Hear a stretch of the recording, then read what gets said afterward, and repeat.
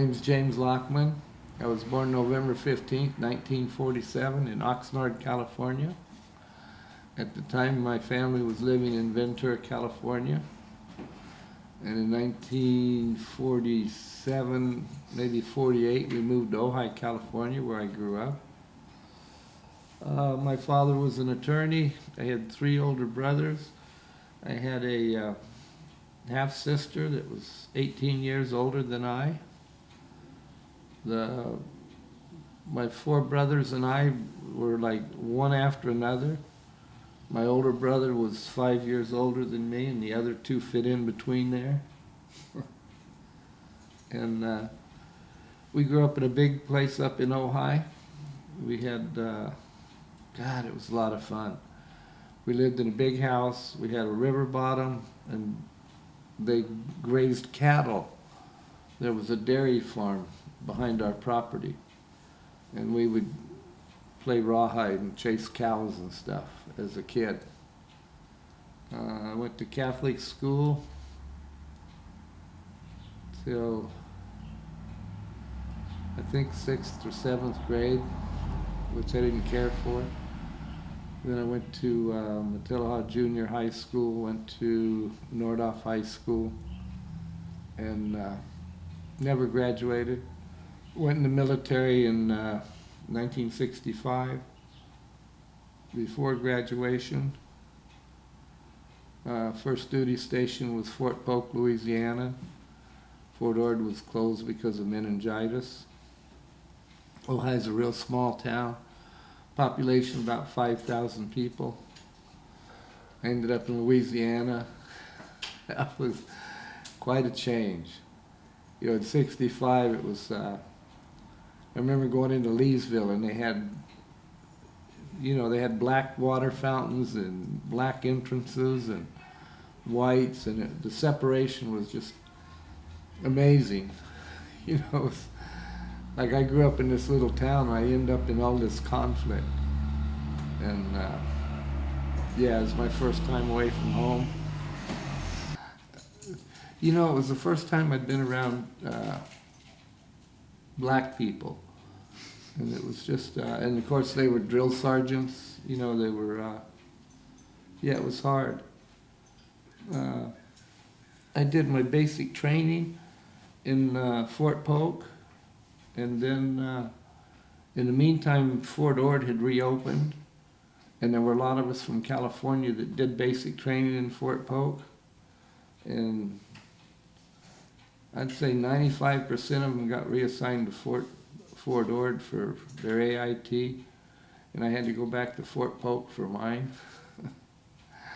So I was there for both basic and AIT. And when I graduated, I was sent to Fort Myer, Virginia. And my first job at Fort Myer, Virginia was a company clerk. And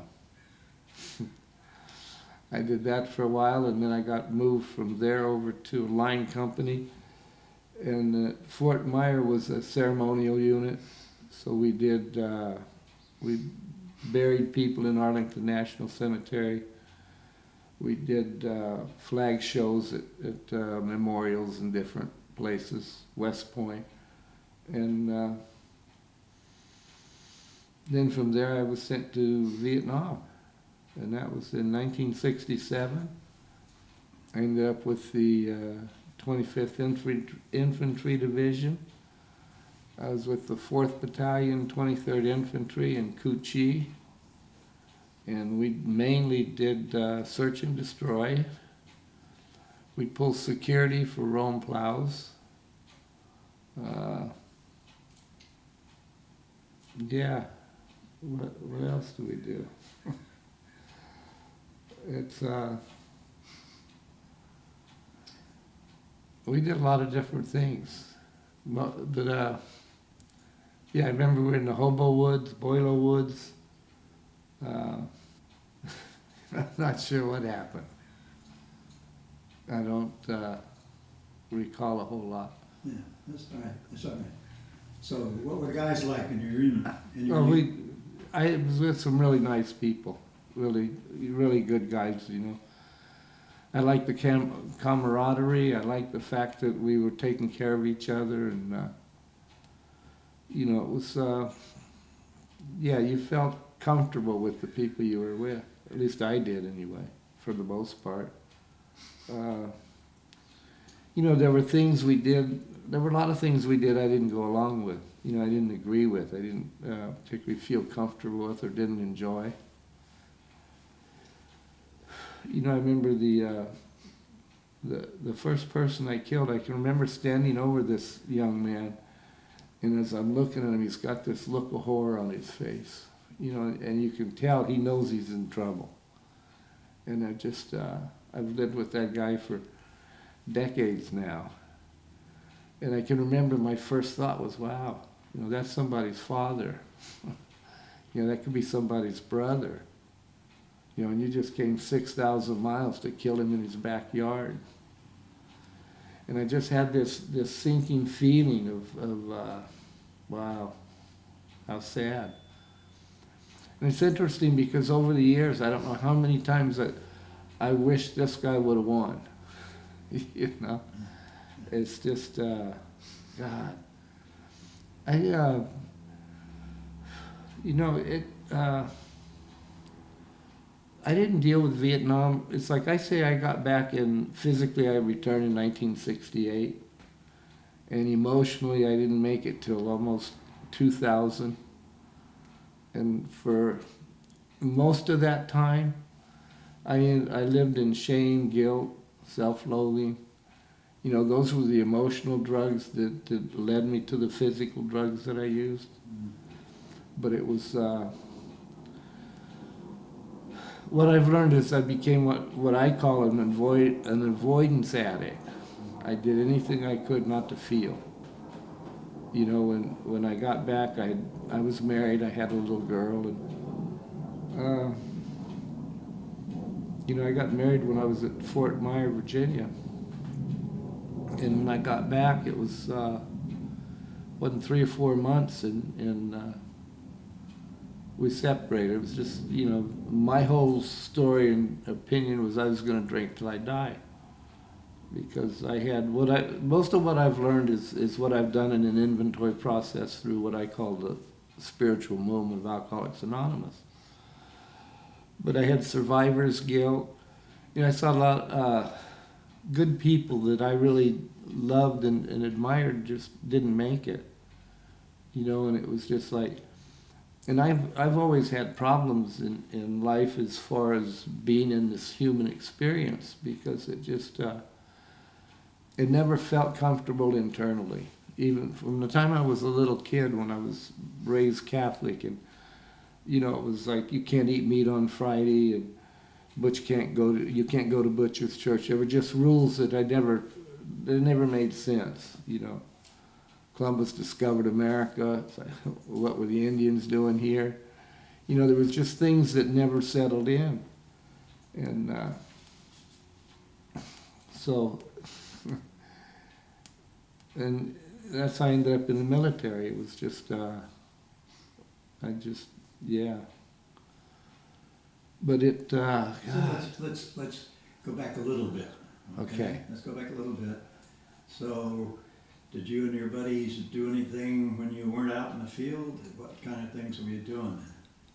You know, what I recall we did was drink. Yeah? How about R&R? Did you do any R&R somewhere? I did an R&R. I went to Hawaii. My parents came over with my brother, my wife, my dad, my mother, my brother and his girlfriend. And I ended up getting drunk and going to jail. You know, it's just, yeah, they didn't serve liquor on Sunday, and I thought they should. So, but it's just, yeah, alcohol's been a problem because of the emotional state that I lived with. Yeah, it's what GIs have used for. Yeah, and that's just, and that's why, I mean, when I got back, it was 1968, and I mean, within 3 or 4 months, the military assigned me to a recovery program in Pacific Grove for treatment to alcoholism. And so, you know, I'm just a kid. I don't have any idea. And I'm back here in the States, and it's real confusing. And half the people I grew up with are on this side, and they're drug addicts, and the other half over here are alcoholics, and they're fighting each other, and it's very unsettling. Did you run into any of those folks that were protesting the war when you got back? Well, yeah. Yeah. And it just, and the thing was, I agreed with the protesters. I didn't think we should be over there. I didn't understand why we were. You know, it never made sense. It wasn't, I mean, fight communism? No, that didn't make any sense to me. So All right, so let's go back a little more. Okay. How was the food? The food? Mm-hmm. I think the food was really good. All right. As far, yeah. It's, you know what, we got delivered food at night out in the field. They would fly us in meals. They would send us a couple of hot beers, you know. And then I would look at the magazines and I would see the Marines up around the DMZ, and they're riding around with dead bodies on their tracks because they can't get resupplied and whatnot. It's like, whoa. I mean, the whole thing just didn't make sense to me the way it was run and what we were doing. And So how were the accommodations? accommodations were okay. I mean, I guarantee you I don't go camping anymore. Yeah. So did you live in a hooch when you were not in the field? Yeah, we did. And, you know, after I got hurt, I ended up as bartender of the Officers Club. Yeah? How'd you get hurt? We were in a firefight, and we'd been on ambush the night before, so we hadn't really slept, and it was hot, and I had my pant legs rolled up, my boots were open, and when we got hit, I was firing a .50 caliber machine gun, and the round ejected and got caught in my boot and burnt the skin off my ankle. Oh, wow. So I ended up in the, well, they didn't send me in for a while. They wouldn't let me go in. And then when I finally went in, they did a cast, and they did a skin graft and tried to repair it. So how long did you spend in the Officers Club? I have no idea. Okay. You know, it's just where I'm at today, and everything's the other day. Sure. Yeah, I woke up after a mortar attack, and actually I passed out from bartending and whatnot. When I woke up, there was a piece of shrapnel that had gone through the building. Oh, yeah. And had I gotten up, I would have been gone. Yeah. But I remember I was locking the club up one night, and out of the corner of my eye, I saw this flash. So I hit the ground, and as I hit the ground, you could see the bomb just went through everything. Wow. And it was like, but I heard it. I heard the bomb coming in. You know, you hear, if you hear it, you're going to be okay, because it's already gone past. But when I was on the ground, I heard it coming in. And it's like, well, fuck, this thing's already gone off. So the flash was what I got. The flash told me to get down. And as I'm laying down, I hear the bomb coming in. Like, well, wait a minute. It's already over. The damage has already been done before you know it. We did liquor runs to Saigon, which was like 25, 30 miles away. We would take a deuce and a half down, and we would buy liquor. And God, I had a friend that had another club on the other end of the base, so we would buy liquor for both of them. And What base were you at? Coochie, 25th Infantry Division. Coochie. Yeah. Okay. Yeah, I did all my time there. And I've been back. Oh, interesting. Yeah, I've been back 4 times. Wow. You know, it just, I love the people. Yeah. Oh, they're You nice know? people. Yeah, They are. I just, and the thing is, I've never been there and had them be anywhere but nice to me. You know, it's like they don't have any hard feelings that I've ever felt from them. Yeah. So it's just, Did you meet anybody you knew while you were there? no, Yeah, right. no. It's, you know, that's one of the things that when I came back, I just wanted to forget. Yeah, of course. So what, and that's what a lot of us have done. We just forget everything. Sure. And so what I ended up doing was training my mind not to remember or not to recall. And even to this day, it doesn't, I don't have that kind of recall. I don't have that kind of remembering. You know, it just, but it's like everything else, you get used to it. Sure. You know, it just, what really saved me was when they assigned me to the recovery house. Wow. Because I had actually gotten in trouble being another guy, and we were training troops at Fort Ord, and we would take them out to the range, whatever training they were going to do, and Roy and I would let what they called instant NCOs take the company out. We go downtown and get a drink or two, and then we would come back. We came back one day and the lieutenant was out there already. I was like, oh no. So anyway, they were going to send me to Korea. Me and I don't know where they were sending Roy. But I came out of the PX one day and I ran into who had been my first sergeant in Vietnam. And he asked me, how you doing? And I thought, well, you know, top there. And by this time, he was sergeant major. So I explained I was being sent to Korea, and he said, well, let me see what I can do. So he went ahead and got me reassigned to the G3 proficiency testing area. So instead of training troops, I was testing them at the end of training. I was under his command, and that went real well. Until he found out I had a drinking problem. Excuse me, that was getting me sent to Korea.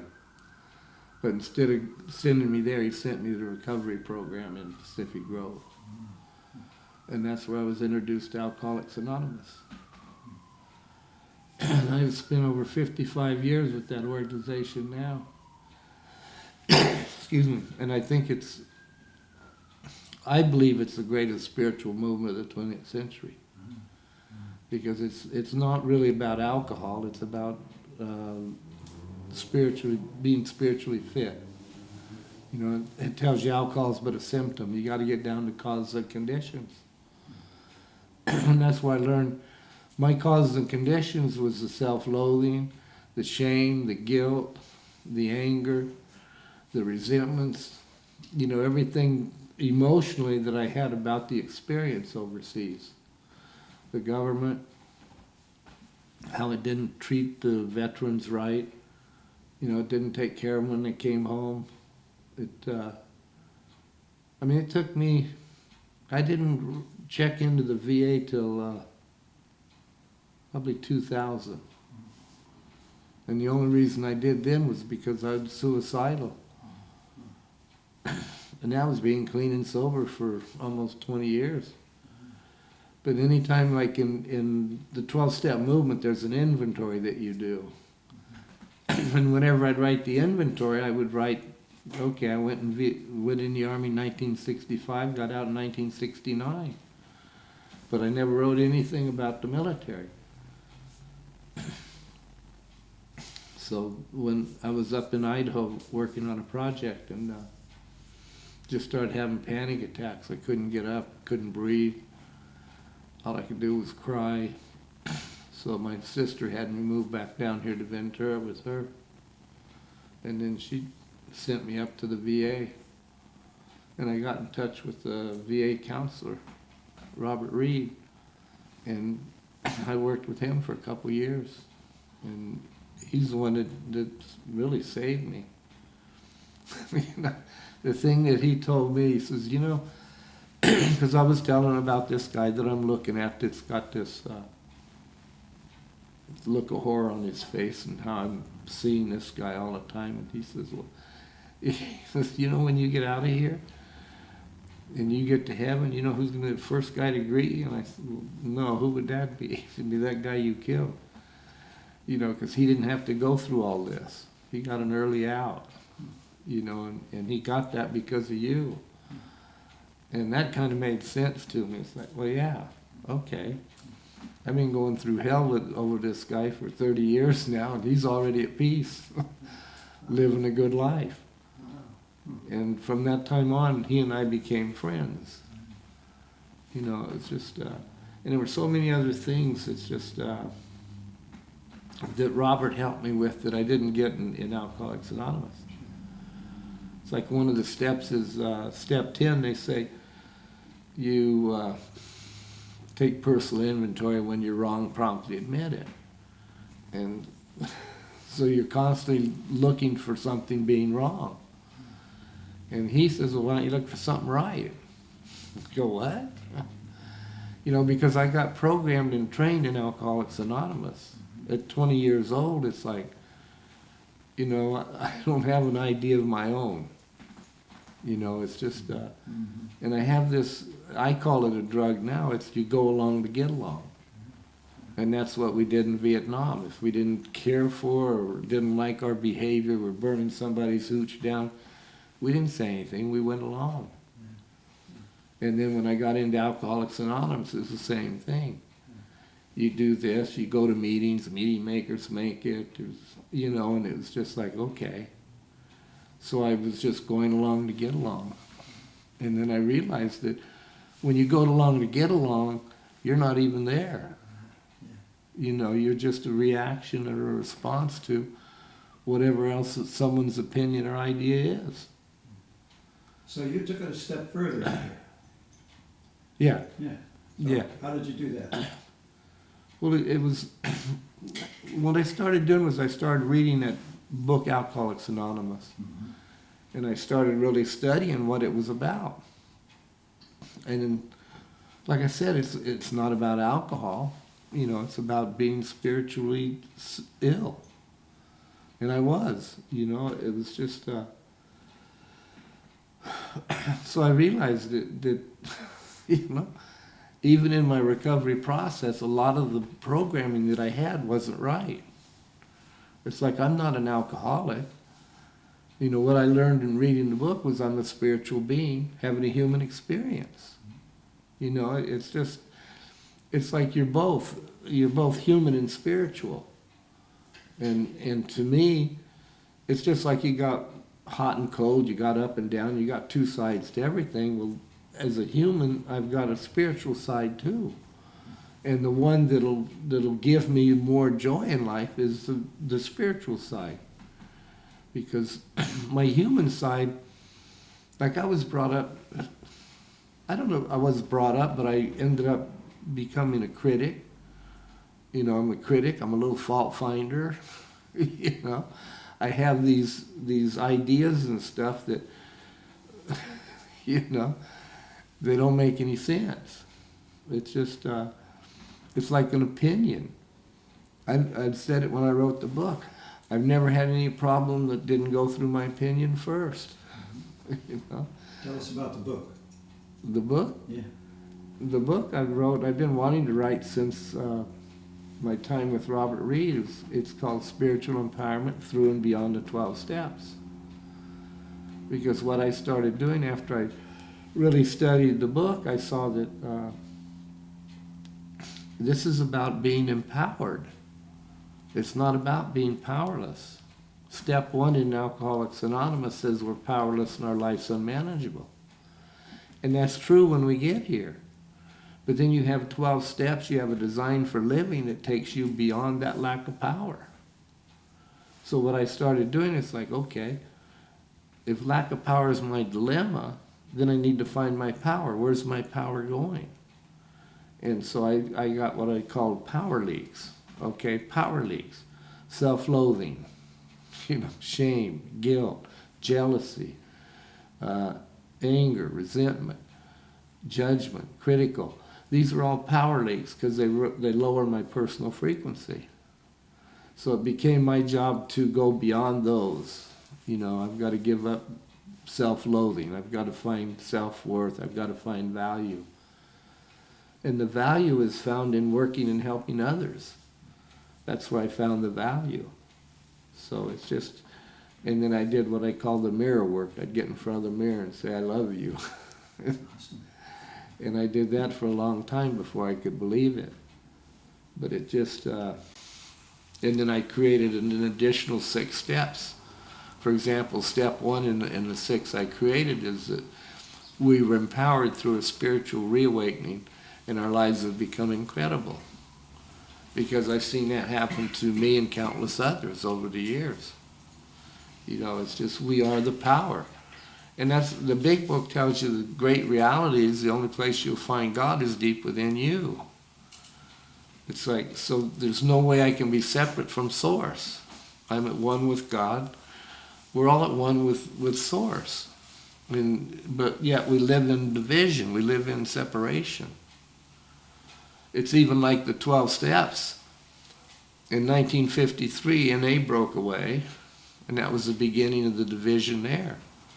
And now you look at how many different 12-step programs there are. There's so many of them.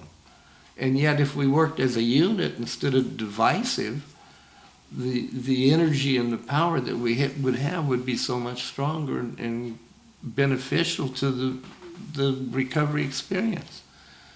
And I don't care whether you're recovering from overeating, gambling, sex, it doesn't matter.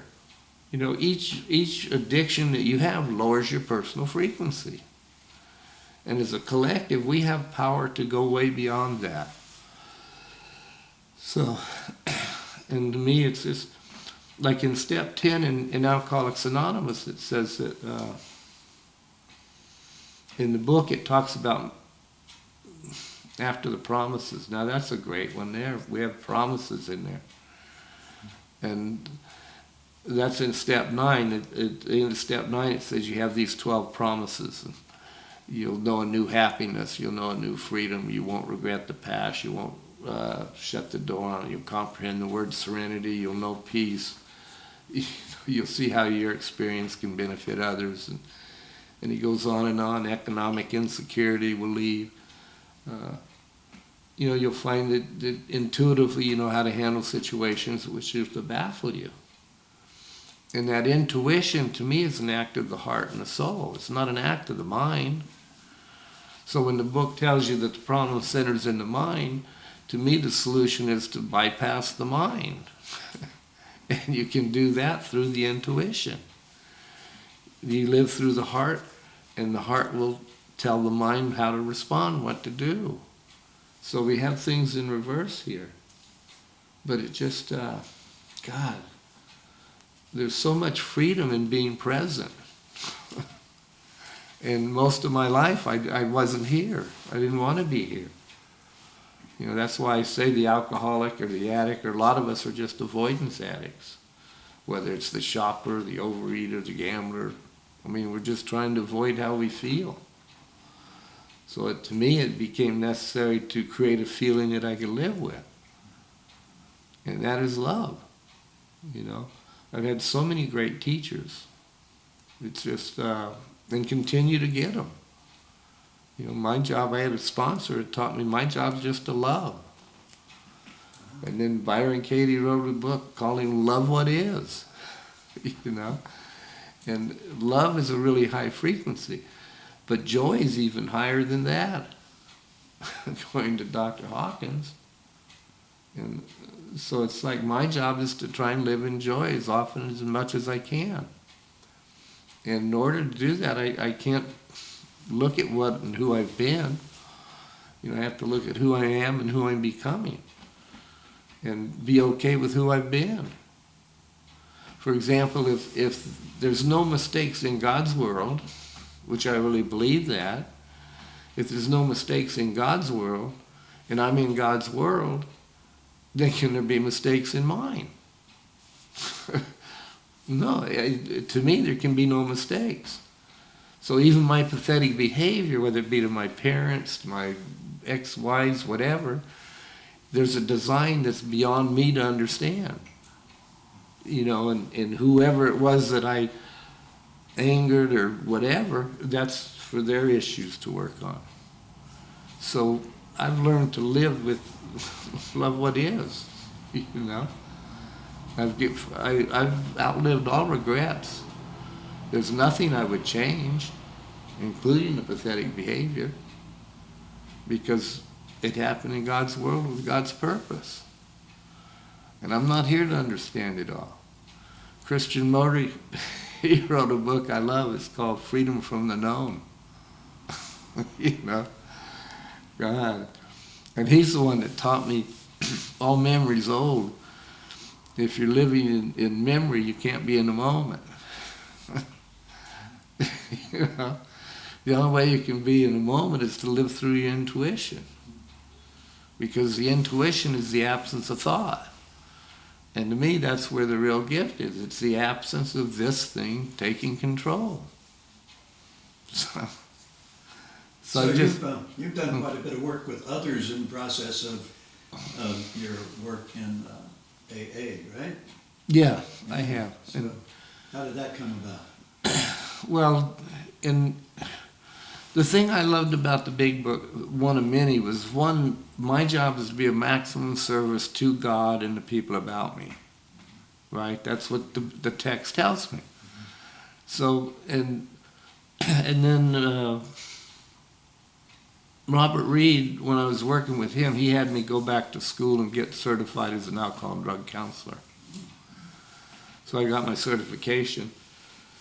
And then I don't like the way that they work in the recovery field. You know, I don't believe in the disease concept or idea. To me, it's a choice. I mean, I don't know anybody that isn't clean and sober that didn't make a choice to be that way. So to me, the whole thing boils around your choice and your opinions. And the idea of being diseased, that happened in 1976, I think it was, when the American Medical Association decided that it was going to be a disease, and now we're going to have, you can prescribe medication for it. We can have recovery programs now. And it became an economic thing. In the big book, Alcoholics Anonymous, they use the word disease one time. And they qualify it as a spiritual disease, you know. And then in the early 80s, when Narcotics Anonymous wrote their basic text, they put disease in there 64 times. And they never used the word recovered. At least in the basic text of AA, they use the word recovered at least a dozen times. I have recovered from a seemingly hopeless state of mind and body. It's not that I have one, I just think I do.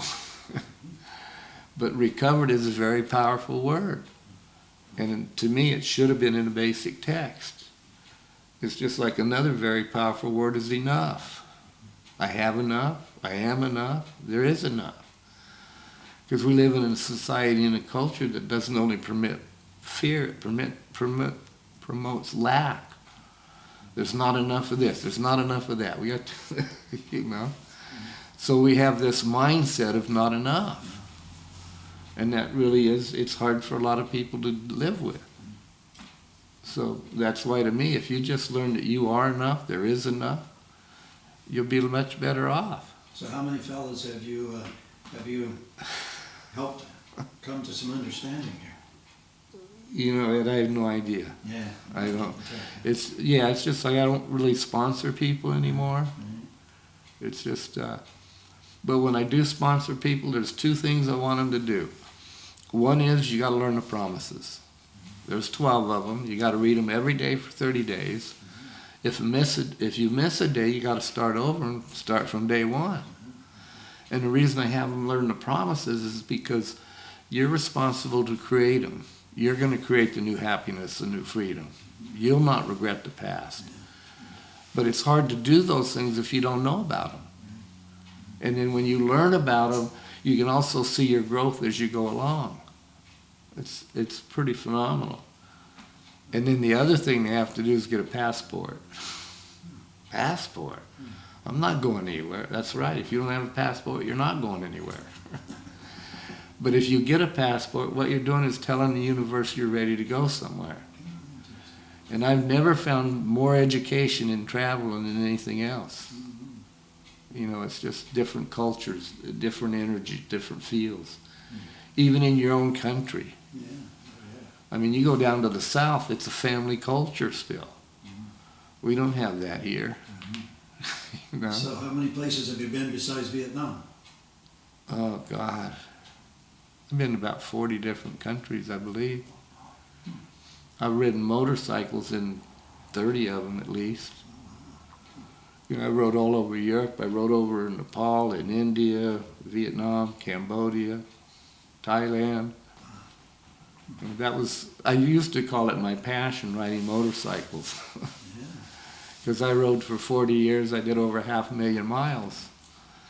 And then I got real with it one day and found out, no, it's just my adrenaline addiction. You know? Sure. And I had my last ride June 1st last year. Wow. So Why did you decide that was the last? that was the third major accident. Ah, okay. And it was more my kids decided than I. Dad, you've had enough. So I'm still going through withdrawals on that one. I suppose, yeah.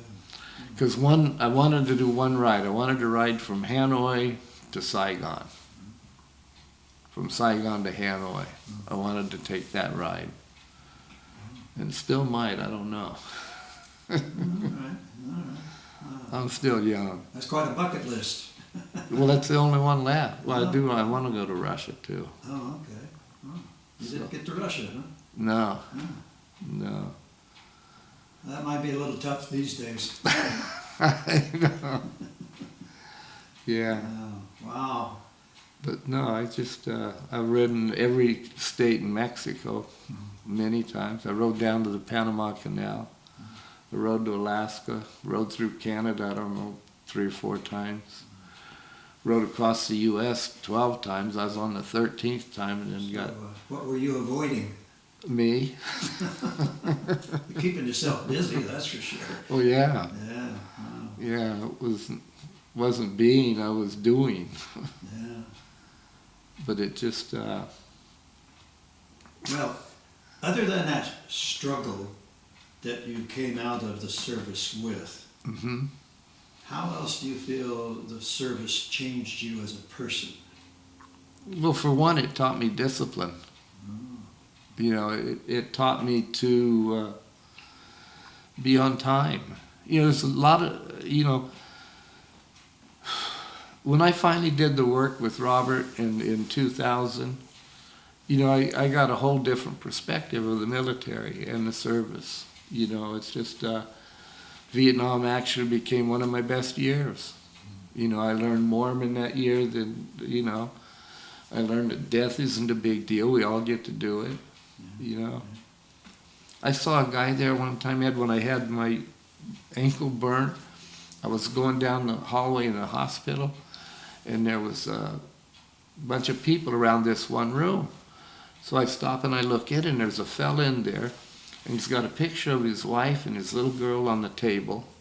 He's lost both arms to here, both legs to here. It's his birthday, and they want to take a picture of him. And this guy says, well, I'll hold the cake. You know, I mean, just the courage that guy had. It's like, wow, where do you get that courage? You just have to deal with it when you have to deal with it. Yeah, and he hadn't even been evacuated out of the country yet. And he was already okay with what was. And that guy's helped me so much over the years. Fascinating, isn't it? It is.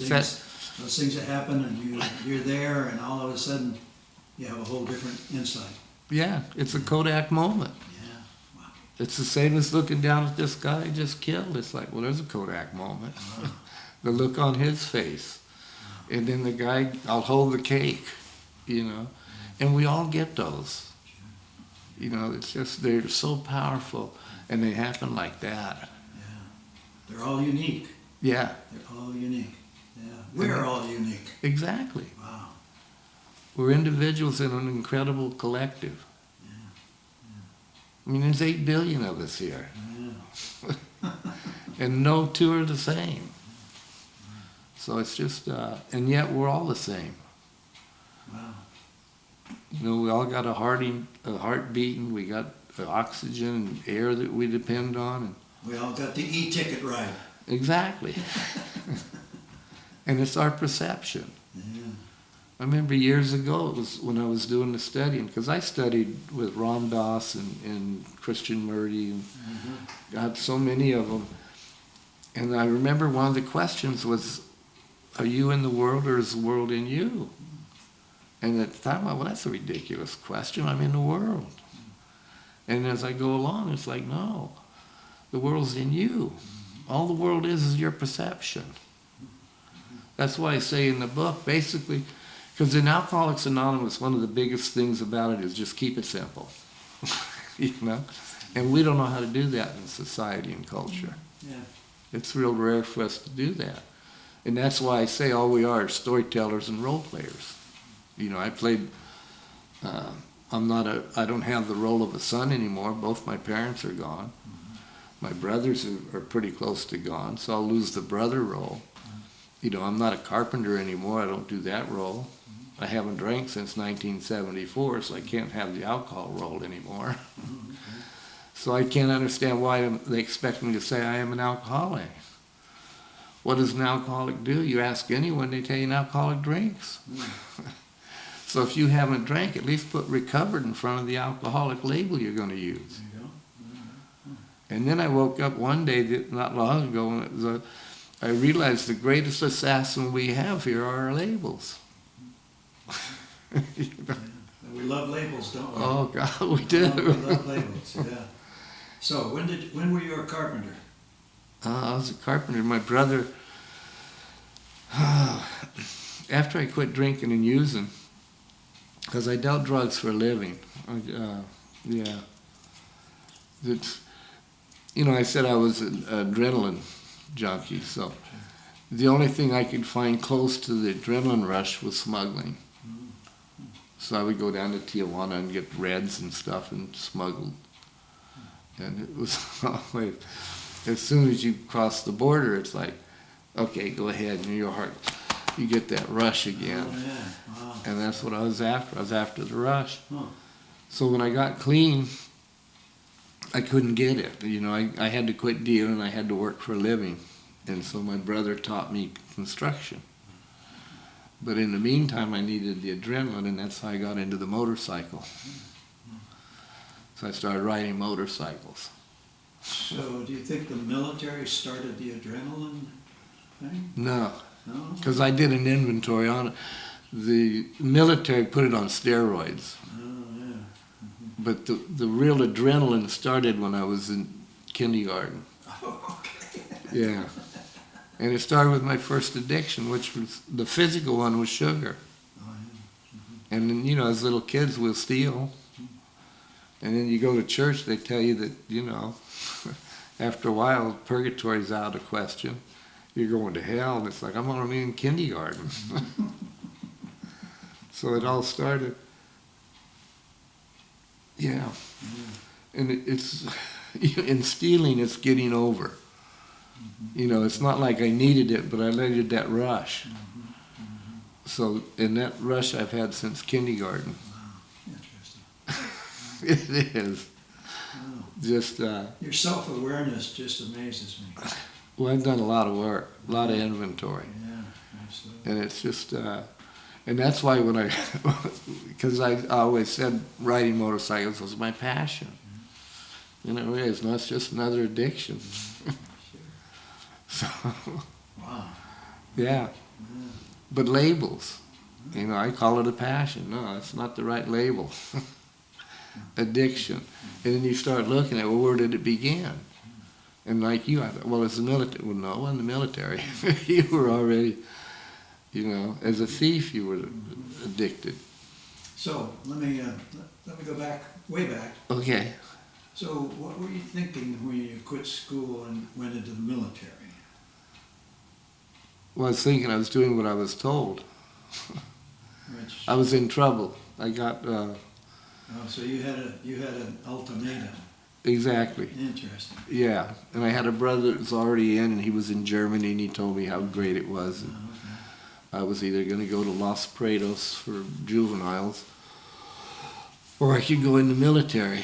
Oh, oh, And my parents were very happy to sign for me to go in the military. interesting. Oh, okay. Well, So that's how it a different started. angle. That's a different angle. Yeah. I've done one other vet who had that choice. He wound up as a gunner on a helicopter in Vietnam. Oh, wow. Yeah, He he had survived. it. He Yeah. survived. Yeah. Well, it's Wow. interesting. It's just like they say the good die young. Well, that's not going to happen in this case. Oh, But I look at the good people that did die, yeah. you know, and it's just like, wow, okay. Their sentence was, I got 75 years on this sentence already, and I don't know when it's going to end. No, None of us, none of us do. It's just like one day you're here and the next you're gone. Yeah, So enjoy while you're here. that's right. But, Wow. yeah. Well, All right, so tell us a little more about your personal life.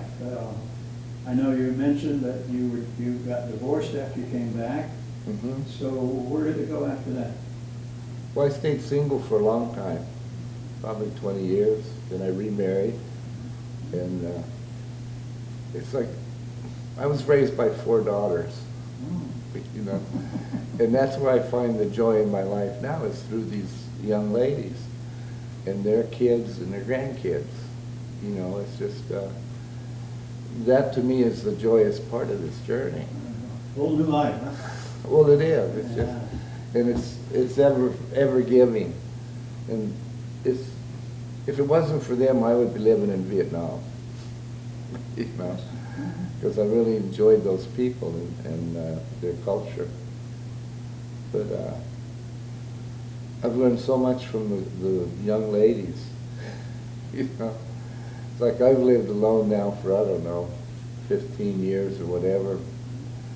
And you go to my house and the toilet seat's still down. Huh? You know, they train me well. Uh-huh. You know, and I love these adults. And that's where the real joy is. And the other joy I get is in the recovery process is when I find somebody that goes from self-loathing to self-love. You know, following them in that journey is just, to me, that's the real gift. When you can start loving yourself after all your pathetic behavior and whatnot, and understand that it happened for a purpose, and it's not always your purpose, but it's for the collective as a whole. So tell me, who are these ladies, these young ladies in your life?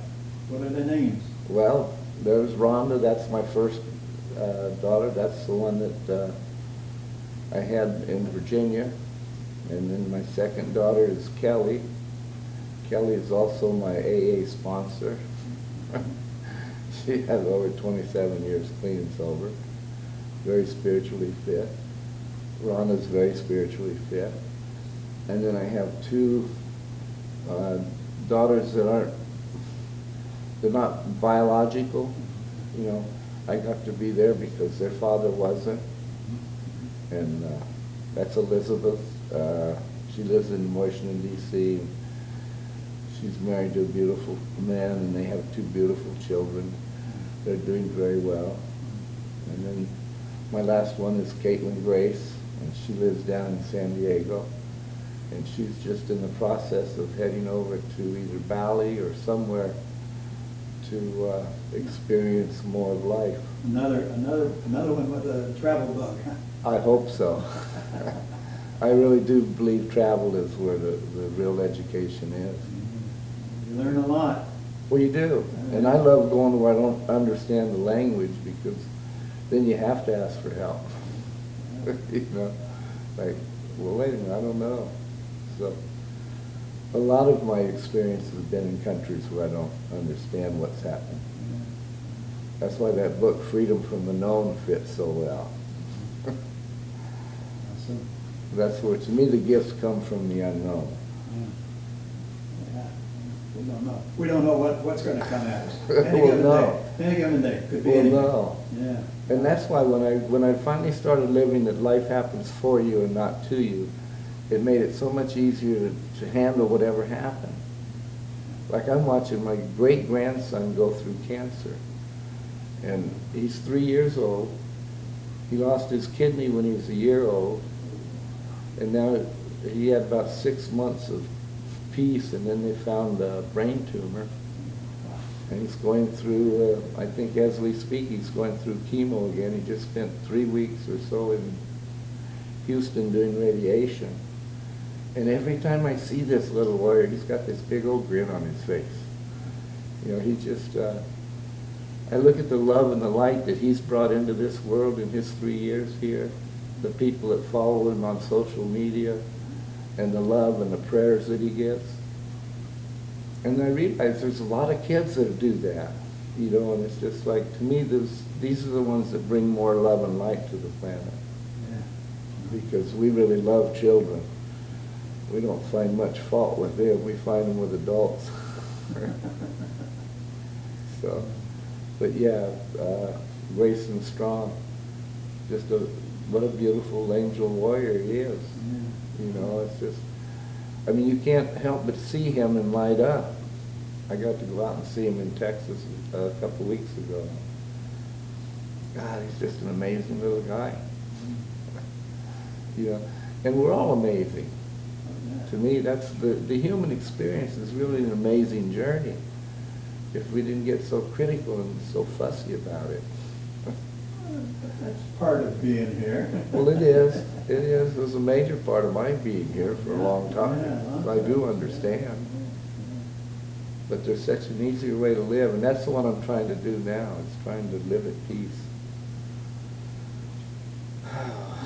Good. Well, that's one of the promises in AA.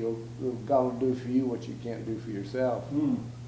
And I've been able to go through my life knowing that and looking at all the places where it's like, Lord. Yeah. You know, I had a brother, and he and his daughter were fighting in Iowa. And I was there for a week, and I didn't want to stay, so I went down to Texas to see my daughter.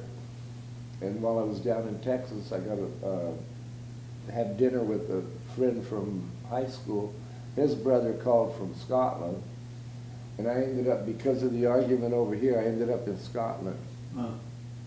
You know, I mean, there's just a trail of there's always that trail. Yeah, yeah. You know, it's just, Yeah.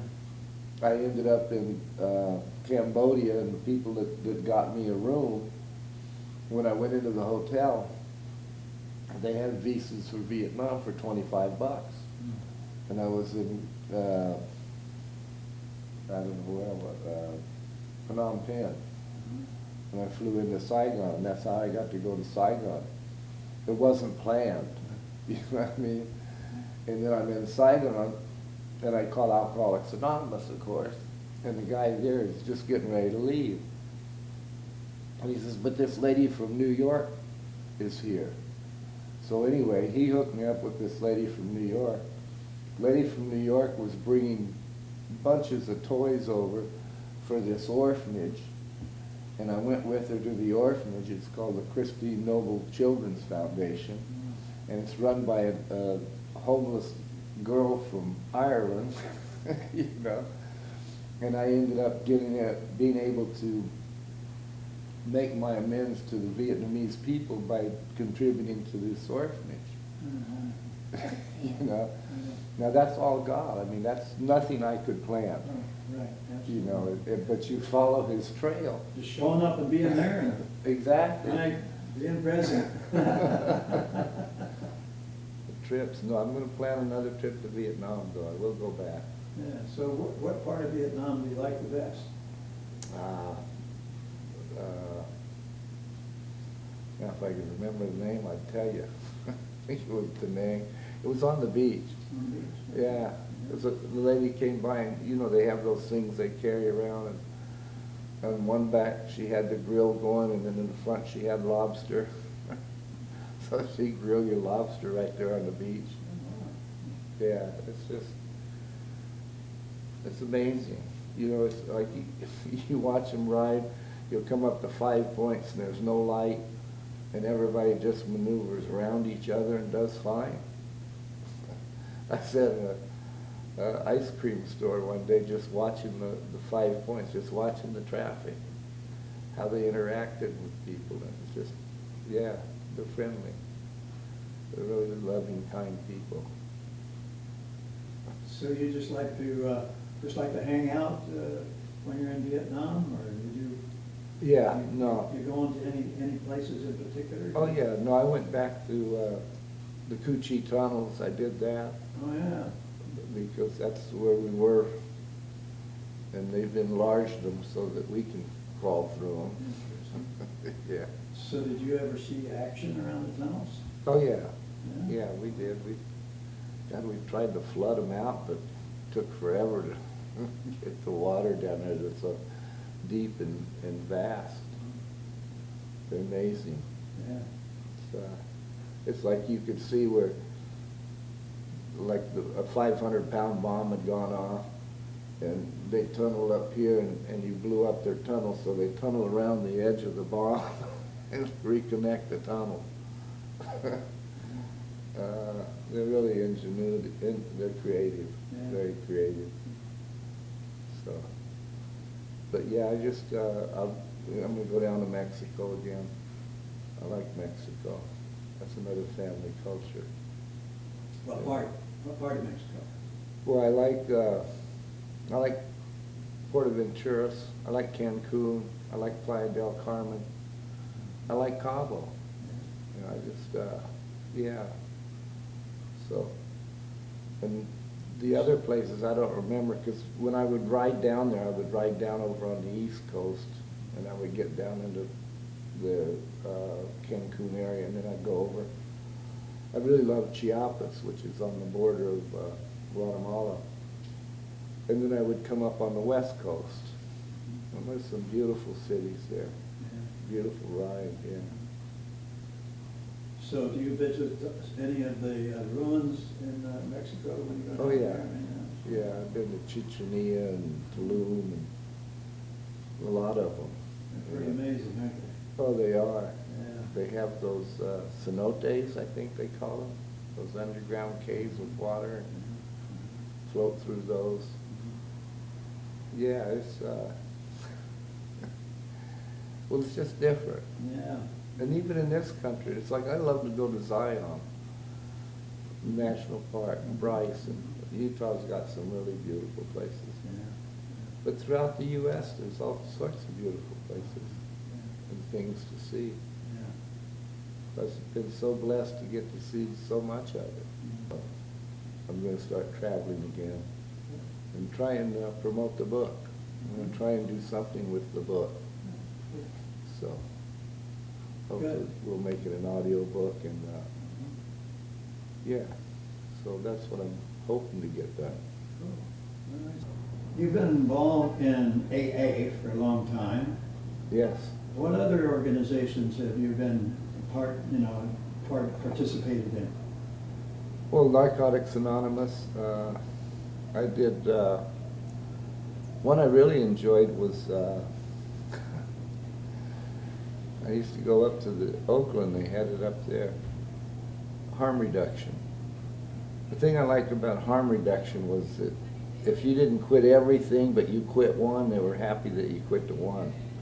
And they built on that. They built on your success.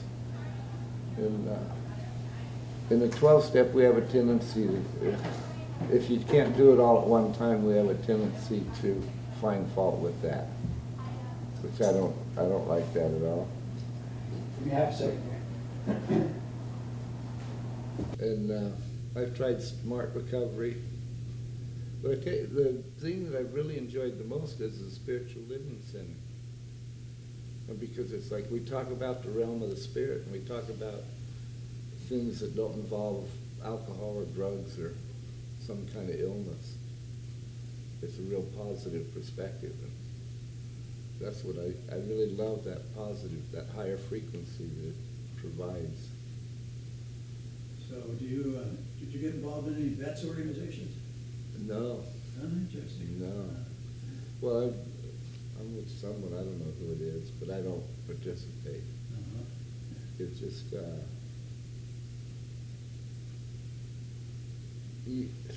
yeah, the thing I had trouble with the vets was that there were so many of them that were so angry about the Vietnam service. What happened to them over there is, and I don't think they ever really looked at what we did over there. And to me, what we were supposed to go over there to help these people. And what I witnessed, we didn't help them. We hindered them more than we helped them in most cases. So, and I just always tried to avoid it. So. Do you have any other things you'd like to share? Any words of wisdom for others who might be thinking about the military? Well, it's, God, I'd hate to say joining. I don't trust them anymore. I don't trust the government. Yeah. There's no trust at all. Yeah. Our political system is so shot. You know, it's not about anything but them keeping a job. And they don't care who they throw under the bus. That's right. Yeah. So I would say avoid at all costs. But that's just my opinion. That's it. That's it. Yeah. Yeah.